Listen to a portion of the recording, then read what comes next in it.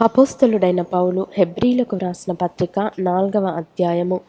ఆయన యొక్క విశ్రాంతిలో ప్రవేశించుదుమను వాగ్దానము ఇంకా నిలిచి ఉండగా, మీలో ఎవడైనను ఒకవేళ ఆ వాగ్దానము పొందకుండా తప్పిపోవునేమో అని భయము కలిగి ఉందము.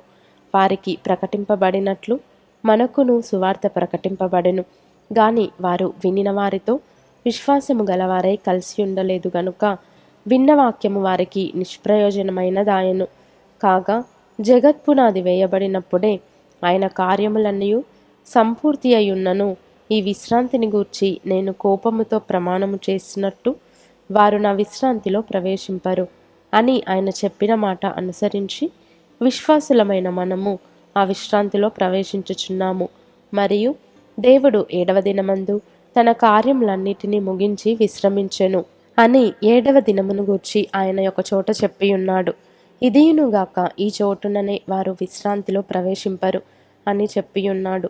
కాగా ఎవరో కొందరు విశ్రాంతిలో ప్రవేశించుదురను మాట నిశ్చయము కనుకను ముందు సువార్త వినిన వారు అవిధేయత చేత ప్రవేశింపలేదు గనుకను నేడు మీరాయన మాట వినిన ఎడల మీ హృదయములను కఠినపరచుకొనకుడని వెనుక చెప్పబడిన ప్రకారము ఇంతకాలమైన తరువాత దావీదు గ్రంథములో నేడని ఒక దినమును నిర్ణయించుచున్నాడు.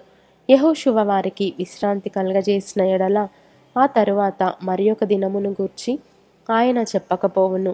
కాబట్టి దేవుని ప్రజలకు విశ్రాంతి నిలిచియున్నది. ఎందుకనగా దేవుడు తన కార్యములను ముగించి విశ్రమించిన ప్రకారము ఆయన యొక్క విశ్రాంతిలో ప్రవేశించిన వాడు కూడా తన కార్యములను ముగించి విశ్రమించును.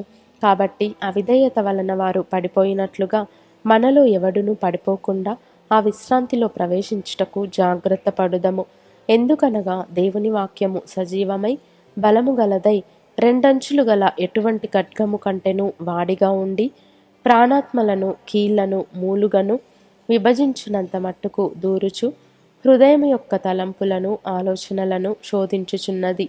మరియు ఆయన దృష్టికి కనబడని సృష్టము ఏదియూ లేదు. మనమెవనికి లెక్క చెప్పవలసి ఉన్నదో ఆ దేవుని కన్నులకు సమస్తమును మరుగులేక తేటగా ఉన్నది. ఆకాశ మండలము గుండా వెళ్ళిన దేవుని కుమారుడైన యేసు అను గొప్ప ప్రధాన యాజకుడు మనకు ఉన్నాడు గనుక మనము ఒప్పుకొనిన దానిని గట్టిగా చేపట్టుదము. మన ప్రధాన యాజకుడు మన బలహీనతలయందు మనతో సహానుభవము లేనివాడు కాడు గాని సమస్త విషయములలోనూ మన వలనే శోధింపబడినను ఆయన పాపం లేనివాడుగా ఉండెను.